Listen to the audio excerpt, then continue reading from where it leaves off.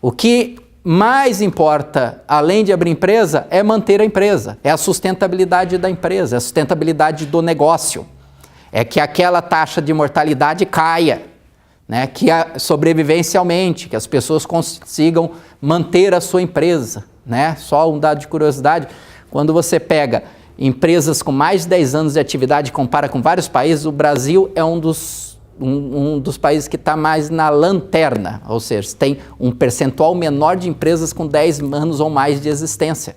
Então, uma precocidade, né, da empresa, né? Você encontrar empresa centenária é um custo, encontrar empresa que tem 15, 20 anos de mercado, muitas vezes é um custo, né? Então, obviamente, a gente tem que lutar, né, a boa luta, né, fazer com que as empresas se mantenham sustentabilidade. E para isso a legislação trouxe vários dispositivos que incentivam a competitividade e as oportunidades para as empresas que se formalizaram. Dentre elas, nós temos ali a questão de incentivar o associativismo empresarial, a questão da inovação, né, tecnologia, fazer que a empresa consiga ter acesso a serviços de inovação e tecnologia, acesso ao crédito, né, a questão de fazer com que o crédito seja algo bom e não ruim para a empresa, né, a dose boa e não a dose que mata a empresa, né, a educação empreendedora, ou seja, incentivar a questão do empreendedorismo na nossa sociedade, né, e um dos aspectos que eu deixei por último, mas que não é a menos importante, mas o mais importante neste momento, que é a compra pública, né? Então ali nós temos um dos aspectos de fomento à competitividade e fomento à oportunidade, que é a compra pública. Então fazer com que os negócios, né, consigam acessar, principalmente os pequenos negócios, né, no caso da Lei Complementar 123, consigam acessar esse mercado, né, esse mercado de compra pública, né? E nós temos, né, um leque de oportunidades para os pequenos negócios nas compras públicas, né? Desde lá a questão da alimentação escolar, né, com a agricultura familiar, com o fornecimento da alimentação escolar por empresas da agroindústria, do agronegócio, né, para a composição, né, da alimentação da rede pública de ensino, né, passando por regimes diferenciados de contratação, que veio com algumas mudanças na Lei 8666, né, com a nacionalização de itens de natureza estratégica, né? Então algumas coisas que o governo coloca um peso maior para empresas nacionais quando compete com uma empresa estrangeira e faz com que as pequenas empresas também tenham oportunidade neste mercado, né? Com projetos de investimento, e muitas vezes as empresas elas podem sim ser subcontratadas, os pequenos negócios, nesses grandes projetos de investimento, né? Quando a gente pega um investimento de uma BR ou uma duplicação, né? Uma via pública, quanto que tem de mercado, né? Quanto de negócio nós temos que as micro e pequenas empresas também podem se enxergar como um mercado que ela pode participar, né? Hoje, né, com a crise que a gente vive aí com o ponto de vista do setor público, cada vez mais se tem falado de parcerias público-privada e concessões públicas de serviços públicos, né? Como está a participação dos pequenos negócios nessas parcerias público-privada e nessas concessões de serviço público, né?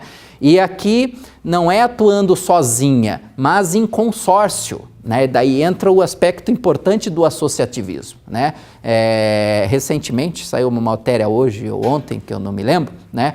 Em que se falou aí dessas BRs que foram concedidas para iniciativa privada há pouco tempo. Uma parte delas está tudo sendo devolvida, estão querendo devolver porque o tráfico de demanda foi muito, a estimativa está muito acima da realidade, né, caiu, e muitos concessionários querem devolver a concessão. Uma das únicas concessões que está de pé, né, é uma concessão da BR-040, né, no estado de Minas Gerais, em que é um consórcio de 10 pequenos negócios que acabaram ganhando a concessão pública. 10 pequenos negócios, não é uma grande empreiteira que ganhou uma lá e está entregando, mas 10 pequenos negócios que se associaram e ganharam essa concessão pública. E estão lá administrando de forma sustentável essa concessão. É um negócio, né, de pequenos negócios, né? Muitas vezes a concessão e a parceria público-privada, muitas vezes ela é vista como algo que não casa, né, não tem aderência com empresas de menor porte, né? Pode ser que isoladamente não, mas em consórcio pode ser viável. Então, é uma oportunidade, né? Nas compras sustentáveis, a questão de toda uma legislação que está vindo de sustentabilidade nas compras, né? E tem várias empresas de menor porte que têm produtos, né, que se aderem a essa vertente da sustentabilidade, é um mercado. E todo um conjunto de mudanças que a gente tem da lei, tanto complementar 123, que é dos 3 níveis federal, quanto legislações estaduais e municipais de incentivo aos pequenos negócios a participarem das compras públicas. Então, há um conjunto de oportunidades que se tem para que os pequenos negócios possam encarar esse mercado das compras públicas, né? Detalhando um pouco mais, né, o que a Lei Complementar 123 trata de oportunidades de negócios nas compras públicas, né, essa legislação trouxe um conjunto de dispositivos, né, ou benefícios que faz com que a empresa de menor porte ela tenha condições de participação nas compras públicas. Ou seja, existem alguns dispositivos que estão no capítulo de acesso a mercados da Lei Complementar 123 e que dispõem de tratamentos diferenciados para empresas de micro e pequeno porte, ou seja, empresas que faturam até 3,6 milhões de reais nesse ano de 2017, elas têm direito a esse tratamento diferenciado. E aqui é importante nós esclarecermos, né, uma dúvida que sempre vem, né? Que a empresa, para ter esse direito a esse benefício, ela tem que ser do Simples? Não, né? O Simples é um regime tributário, né, dentro da Lei Complementar número 123, né? Mas a empresa de pequeno porte é a empresa que fatura até 3,6 milhões de reais, que pode ou não optar pelo Simples, né? Você tem lucro presumido, você tem lucro real, você tem o Simples Nacional, né? São os principais, né? O Simples Nacional é uma opção que o empresário faz no início do ano calendário, né? Agora, eu que tenho uma empresa que fatura 2 milhões e 500 mil reais e não quis aderir ao Simples, eu tenho direito a participar das compras públicas com esses benefícios previstos na lei? Sim. Né, tenho todo o direito, independente se eu aderir ou não ao Simples, porque muitas vezes a empresa é melhor aderir a um lucro presumido, por exemplo, do que aderir ao Simples Nacional. Você tem que fazer sua conta, né? O empresário faz sua conta. E às vezes o regime não é o único, né? Por não ser o único, pode não ser o melhor. Você pode ter outros regimes de tributação melhor. Então, a primeira questão importante, né? Não é na empresa de pequeno porte, não é sinônimo de empresa do Simples. O Simples é um subconjunto das empresas de pequeno porte. Empresa de pequeno porte é aquela que fatura até 3,6 milhões de reais. E que no ano que vem, né, o limite amplia, né, e passa de 4 milhões de reais o limite para empresa de pequeno porte. Todas as empresas de pequeno porte, elas vão ter esses dispositivos, né, previstos na lei e que estão, né, como incentivo para que ela participe em condições de maior igualdade com uma grande e com uma média empresa do processo licitatório, né? Como se coloca, é dever da administração pública licitar, né? Então, a licitação é a forma como a administração pública adquire bens e serviços, né? Existem até empresas privadas que licitam, né? Existem empresas privadas que licitam. Então é uma opção que ela pode licitar. Para a administração pública é um dever a licitação. E nesse processo de licitação pública, as pequenas empresas muitas vezes não viram isso como um mercado, ou seja, como uma oportunidade de negócio, né? Muitas vezes a licitação era encarada como algo que não diz respeito a uma micro e pequena empresa, quiçá um microempreendedor individual participar de uma licitação. Então não existia isso na cabeça do empreendedor, para ele era um mundo distante, né? Foi feito todo um esforço e ainda está se fazendo para que mais empresas participem dos processos licitatórios, né? Primeiro, como uma forma de aumentar a oportunidade e segundo, como uma forma de ampliar a concorrência, né? E abrir mais esse mercado, dando maior transparência aos processos de licitação. Então existem principalmente dois motivos principais para que a gente, como empreendedor, para que nós nos preocupemos com a licitação. Primeiro, a licitação, né, é um mercado e, portanto, é um mercado que eu posso acessar. E segundo, a minha participação vai conferir maior concorrência e maior transparência aos processos de licitação, né? E todos nós sabemos, né, que o dinheiro que é usado, o recurso que é usado na licitação pública é o nosso recurso, né? O Estado ele não produz, né, exceto as empresas estatais aí, né? O Estado ele capta dinheiro da sociedade e devolve para a sociedade, né? Capta de uma forma e devolve de outra forma em serviço. Então o dinheiro não é dele, o dinheiro é nosso. Então nós temos que participar.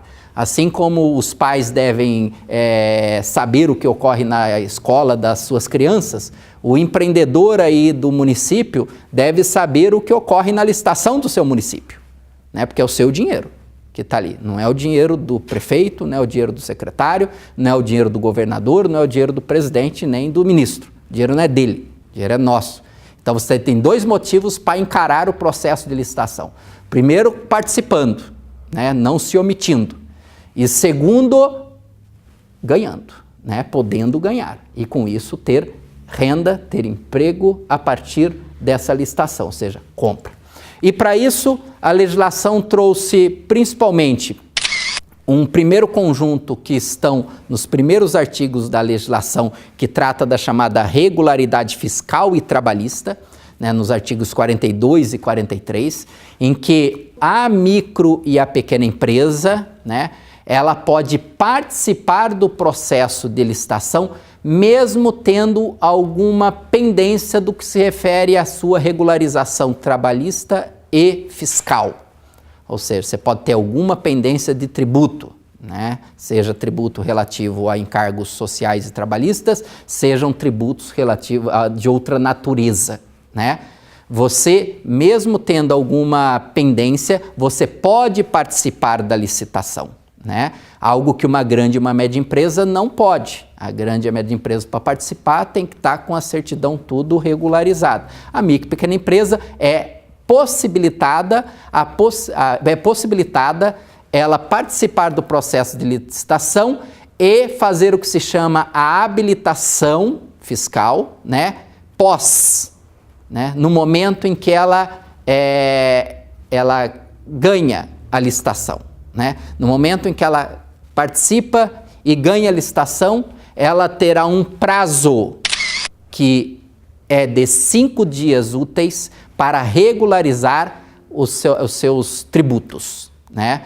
De qual que seja municipal, federal, estadual, seja natureza fiscal ou natureza trabalhista, né? Tributário ou trabalhista. Você tem 5 dias úteis, podendo ser prorrogado por mais 5 dias úteis a critério da administração pública para você regularizar a sua situação, né? Então, você tendo uma previsão de fluxo de caixa, de recebimento, você pode ir ao órgão público que você tem alguma pendência tributária e regularizar, ou pagando à vista, né, ou parcelando esse débito tributário, e você, com o recurso que vai receber ao longo do tempo da licitação, você regularizar a sua situação trabalhista, a sua situação fiscal, né? Então, isso é uma possibilidade que as micro e pequenas empresas têm ao participar, né? E é obrigado todos os entes da administração pública federal, estadual, municipal a aceitar a participação da empresa, mesmo tendo alguma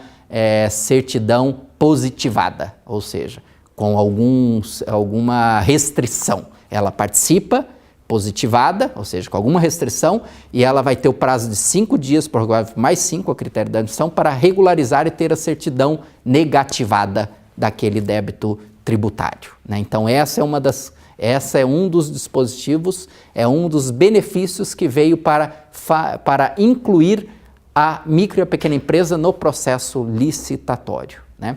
E uma outra questão que também foi colocado pela Lei Complementar 123, que é obrigatório, né? Que é o que se denomina do critério do empate ficto, né?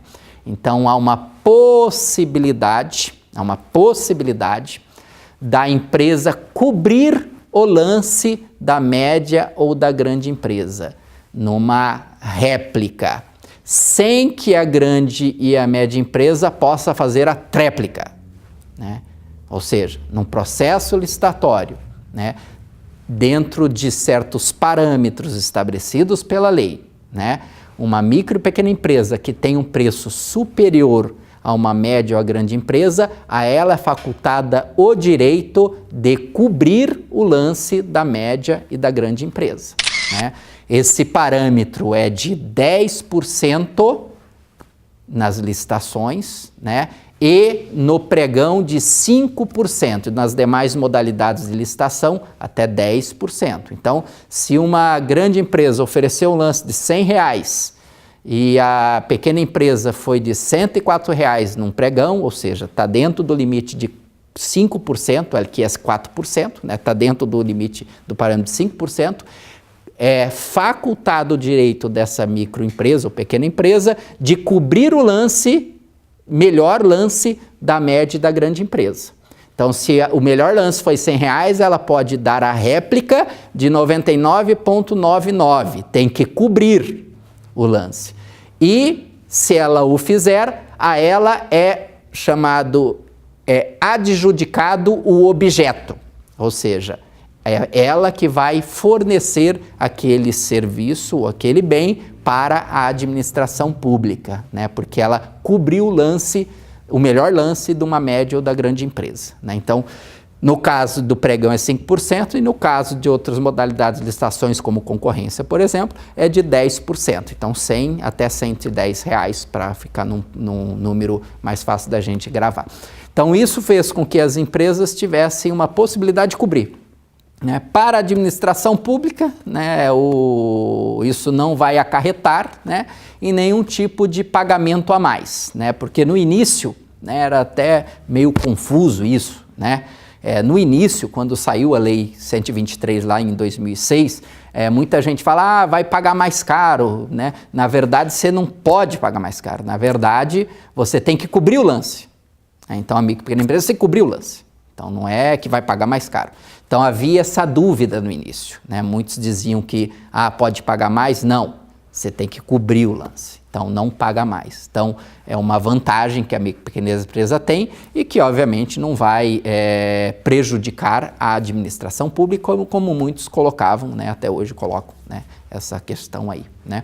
Então, tanto a habilitação tardia quanto o impact ficto, né, eles são de aplicação obrigatória, né? Então, não é uma opção, não é uma faculdade, é uma obrigação da administração pública dar o direito da empresa entrar com alguma certidão positivada e regularizar e dar à empresa a condição do empate ficto, de desempatar, né? É ficto porque não está empatado, né? Então, além desses dispositivos obrigatórios desde o início da lei, também se teve a previsão de uma cédula de crédito empresarial, essa até hoje não foi regulamentada, né? Isso aí é uma forma que foi prevista na legislação de que a empresa que tem um empenho liquidado, né, liquidou a sua obrigação, né, E após 30 dias da liquidação, se não for feito pagamento por parte da administração pública, ela poderia emitir um título de crédito, né? A questão é que isso envolve a crédito Banco Central e até hoje ainda não foi regulamentado, né? E com a Lei 147 de 2008, nós tivemos alguns avanços no que se refere à legislação, né? Na parte de licitações chamadas exclusivas para micro e pequenas empresas, né? Desde o início havia previsão de que licitações até R$80 mil fosse dada a possibilidade de fazer licitações exclusivas para micro e pequenas empresas, né? Com a lei que foi regulamentada em 2014, a 148, se tornou obrigatório alguns dispositivos, sendo que para utilizá-los, e aqui é importante, né, para utilizá-los, a administração deve se basear em um dos 3 motivos, né? Não dá para fazer essas licitações chamadas exclusivas para pequenas empresas a critério da administração pública, de forma discricionária, né? Mas sim existem regras para que isso seja feito, né? E desde o princípio, desde 2003, foi colocado, né, desde 2006, foi colocado que os motivos que podem levar a administração pública a fazer uma licitação exclusiva para microempresas deveria ou ser motivada por promover o desenvolvimento social e econômico no âmbito municipal e regional, né? Então, desenvolver um determinado setor, um determinado conjunto de empresas no âmbito do município ou no âmbito da região, né? A questão do desenvolvimento. Ou ampliar a eficiência das políticas públicas, de alguma forma provar que a contratação exclusiva da micro e pequena empresa vai melhorar a eficiência das políticas de promoção de serviços públicos na sociedade. Ou, por fim, incentivar a inovação tecnológica, né? Muitas vezes você tem um processo em que o incentivo à inovação parte do poder de compra do Estado. A Embraer é um dos exemplos que a gente tem de que foi uma empresa, né,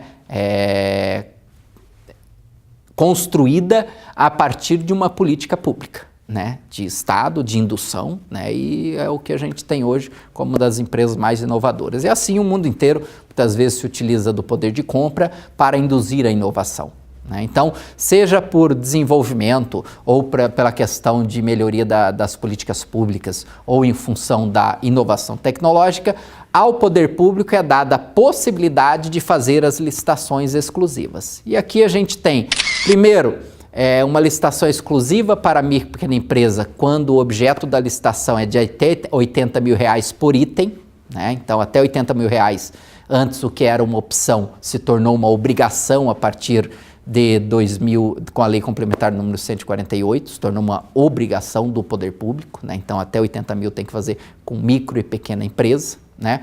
Também um dispositivo que coloca a possibilidade do licitante, né, exigir de uma grande e de uma média empresa que vai gerenciar uma obra ou um serviço de maior complexidade, que vai ser um serviço que demanda uma empresa de maior porte, né, pela natureza, uma ponte, por exemplo, um estádio, né, como a gente viu aos montes aqui no Brasil, né? Então, são obras de maior complexidade que uma pequena empresa não vai dar conta. Seu faturamento ali de 3.600.000, como vai fazer um estádio de 1 bilhão, né, na melhor das hipóteses aí, né? A gente teve até mais caro que isso, mas esse é outro assunto, né? Então, não dá para a pequena empresa pegar isso. Então, como que eu incluo a micro e pequena empresa nesse processo, né? Para isso foi colocado a possibilidade de exigir da grande empresa a subcontratação de alguns itens, né, com micro e pequena empresa. Então, ele pode subcontratar, isso é uma faculdade, não é obrigação, né, sem o limite da subcontratação, né, partes desse processo. O que pode muitas vezes motivar consórcios, né, transferências, proximidade de uma grande empresa com uma micro e uma pequena empresa. Então, isso é uma oportunidade que a gente tem de negócios de maior vulto, de empreendimentos de maior vulto. Vai construir uma escola, então muitas vezes você pode abrir a oportunidade para a micro e pequena empresa ser subcontratada dessa grande e dessa média empresa. Então essa é uma outra opção. E por fim, uma última opção é o que se chama cota de 25% quando bem divisível, né? Então há uma questão de você reservar, né, 25%, né, de um lote divisível, né, até 25%, né, desse serviço para micro e pequena empresa. Então você vai ter a concorrência maior, né, de qualquer porte de empresa, e você vai ter uma cota reservada de até 25% desse bem divisível para micro e pequena empresa, né? Por exemplo, vou comprar algum material de expediente, folhas, né, A4, por exemplo, né? Então eu posso dividir aquilo ali e dizer que um determinado lote que compõe até 25% do total que eu vou comprar é para micro e pequena empresa, né? E reservar essa parte para micro e pequena empresa, né? Ou móveis, né? Ou algum outro produto que seja divisível, né? Então essas são as opções que se tem, né, no que se refere a você facilitar a inclusão da micro e pequena empresa, né? E ela tem todos esses 3 benefícios, só pode ser aplicado desde que se cumpram 2 coisas. São as opções ali, os benefícios previstos. Primeiro, né, tem que ter no mínimo 3 fornecedores de micro e pequena empresa competitivos. Então, se não tiver 3 micro e pequenas empresas competitivas para fornecer de forma competitiva aquilo, não pode ser feita a licitação exclusiva, né? Só se tiver no mínimo 3, ou seja, não vamos fazer direcionamento de compra. Nós estamos incluindo, não direcionando compra, né? Então, esse é uma questão importante, né? E esse tratamento diferenciado exclusivo não pode repercutir em termos de prejuízo para a administração ou não for vantajoso para a administração. Então, se perceber que a subcontratação, que a contratação ali só para micro e pequena empresa dá até de 80 mil, se perceber que a divisão em lotes vai prejudicar a administração pública ou o serviço a ser vai ter algum prejuízo ou não é vantajoso para a administração pública, ela não é obrigada a fazer, né? Mas se for vantajoso, deve fazer, passa a ser obrigatório, né? Com exceção da subcontratação, que é uma opção. Os demais, até 80 mil e cota de até 25% de bem divisível é obrigatório, né? A partir da Lei 148 se tornou obrigatório, né? Então, esses benefícios que a legislação trouxe, né? Ela vem no sentido de melhorar o quê? A competitividade da empresa, né? Existem estudos, né? Um deles foi feito há um tempo atrás pelo Banco Mundial e foi reproduzido numa revista chamada Revista do Programa Gaúcho de Qualidade e Produtividade, né? E que apontou que a capacidade compradora do Estado pode ser utilizada como apoio à política de desenvolvimento, promovendo melhoria da qualidade dos bens e serviços, promovendo produtividade e melhorando a capacitação tecnológica das empresas. Então, o mercado de compra pública não é só bom no sentido de ser ampliação do meu leque de opções e do meu faturamento, mas também como uma forma de me melhor preparar para o mercado, até conquistar outros clientes a partir do momento em que eu consigo participar de uma licitação pública e ganhar uma licitação pública, né? Estimativa aí de incremento de 4 a 11%, né? Nós fizemos uma pesquisa com empresas que participam do processo de licitação, em que se apontou os seguintes benefícios. Fizemos a seguinte pergunta: depois que você passou a vender para o setor público, quais foram as melhorias que a sua empresa verificou? 59% dos empresários apontaram um aumento, uma maior respeitabilidade da empresa e maior referência no mercado. Ou seja, no meu leque de portfólio, quando eu vou no meu cliente privado, não estou falando para cliente público, falando o momento que eu vou lá para o cliente vai falar, eu forneço aqui para essa prefeitura, ou eu forneço para essa empresa estatal, eu forneço para isso. Isso amplia o leque, o portfólio de serviços e de clientes que a empresa tem, né? Então, quando eu quando eu forneço para a administração pública, em função do rigor que a administração pública tem de prazo, de qualidade, de padronização, né, e de tudo que foi especificado, isso te dá maior condição de conquistar clientes privados. Não só dos clientes públicos, mas clientes privados. E 59%. Aumentou o faturamento. 45% dos empresários que fornecem disseram que houve aumento de faturamento da empresa. E, em média, o aumento foi de 25% do faturamento da empresa. Então, ampliei 1/4 meu faturamento a partir do momento que eu me tornei fornecedor do setor público, né? Sendo que parte desse faturamento foi com o próprio contrato com a administração pública e parte foram com outros clientes privados que eu passei a ter a partir do momento que eu tive maior referência de mercado, né? Melhorou as condições de trabalho, 44%, teve conquista de novos clientes, veja, 41% teve novos clientes a partir do momento que ele passou a fornecer para o setor público. Aumento de produtividade, 41% apontou aumento de produtividade e, em média, o aumento foi de 28%. Então, há um impacto em termos de competitividade da empresa, aumenta a produtividade dela. Rentabilidade, aumento de 22% na rentabilidade e aumento de 27% do número de funcionários, né? Então, esse conjunto nos permite dizer de forma real, com pesquisa, né, que o que se coloca, teoricamente, que participar do processo licitatório, além de ganhar mercado, te melhora a capacidade de competição, isso é fato, né? Isso é uma verdade. Quando nós perguntamos também qual o percentual do faturamento que essas empresas têm da compra pública, em média 17%. Ou seja, outra coisa que a gente também coloca, não vai colocar todos os ovos na mesma cesta. Isso todo mundo sabe, né? O investidor sabe. Vai colocar tudo lá na ação da empresa tal.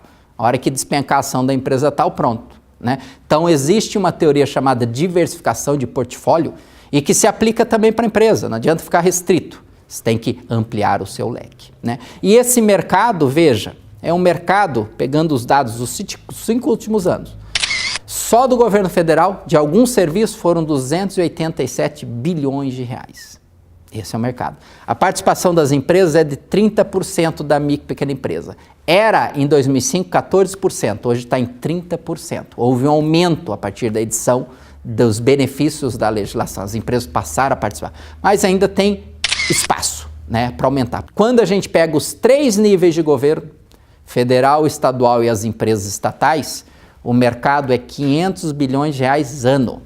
Então, nós não estamos falando de pouco, nós estamos falando de um recurso significativo que gira a partir do processo licitatório e que você, empresário, pode ver aquilo como uma oportunidade, ou seja, você pode participar, né? Está à sua disposição parte desse quinhão aí de 500 bilhões de reais por ano, né? Só que para isso, né?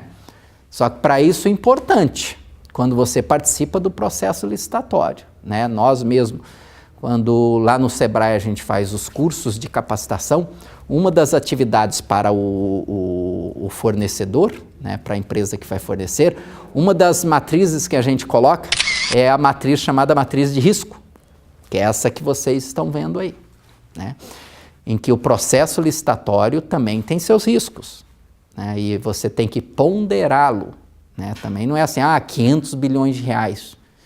Isso vai ser muito bom para a minha empresa. Depende. Pode ser um péssimo negócio para a sua empresa. E para isso nós preparamos uma lista de 10 principais itens que você deve responder em cada licitação que você participa. E marcar ali, sim, não ou não sei. Se você marcar muito não, você tem muito problema. Então, se você marcar mais sim, melhor. Uma das questões que a gente faz para o empreendedor. Você consegue fornecer o material no prazo? Sim ou não? O prazo que está estipulado no edital, você consegue fornecer no prazo? Se você falar não, tome cuidado, porque esse mercado é bom, mas ele tem penalidades para as empresas que não cumprem o que está no edital, né? Suspensão, multa, pena e até questão civil. Então, cuidado. Veja, prazo, se você tem condições de manter o prazo, entregar no prazo. Segundo, uma pergunta que a gente faz. Ao analisarmos algumas variáveis que não dependem de você, né, algumas coisas que fogem do raio de gestão da empresa, né? Sazonalidade, disponibilidade de matéria-prima, coisa que está fora, fornecedores, etc. Você tem que fazer a pergunta, você tem condições de suprir, mesmo com essas restrições, ou seja, se parar alguma coisa, você consegue ainda entregar aquilo ali? Sim ou não? Né? Frente a intempéries que tem fora da sua empresa, você consegue dar conta? Sim ou não? Custo de transporte, mão de obra, imposto, embalagem e outros custos indiretos, né? Estão incluídos no preço que você pretende praticar e fazer o seu lance? Né? Não é só o custo direto. Veja o custo de entrega, o custo de embalagem e tudo mais que está envolvido, os impostos que você tem que recolher, né? Então, está tudo certo? Você consegue entregar no preço que você disse quando você fez o seu lance? Sim ou não? Né? Será que nós, empresários, entendemos exatamente o que teremos que entregar? Em que prazo, em qual local e com qual nível de qualidade? Temos condições de substituir algum produto ou todos se eles não forem aceitos pelo comprador? Ou seja, a questão da especificação do bem e do serviço. Preste atenção. Né? Se for para você entregar uma garrafa de 300 ml e você só produz garrafa de 500 ml, veja bem, cuidado porque não é de 500 que ele quer de 300. Ah, mas 500 é mais de 300. É 300, não é 500. Então veja se você consegue entregar o que está especificado. Né? Já tivemos casos de empresa que não presta atenção na especificação direito, entrega errado e aquilo, toda a sua produção não será aceita. Não será aceita. Né? Não vai ser liquidado o seu empenho. Né? Não vai ser liquidado, muito menos pago o seu empenho. Então, especificação. Qual o preço mínimo que você pode chegar? Vá com isso no momento que você tem a licitação, né? E cuidado, não vai afundar preço e afundar junto a sua empresa, né? Se você afundar preço abaixo do seu custo, só porque é um mercado, vai ser uma compra boa. Cuidado, porque você está comprometendo a sua rentabilidade, muitas vezes você vai ter capital de giro que tem que pôr aí, né? E que você vai ter dificuldade depois da sustentabilidade da sua empresa, né? Você consegue sobreviver se ocorrer atraso no pagamento?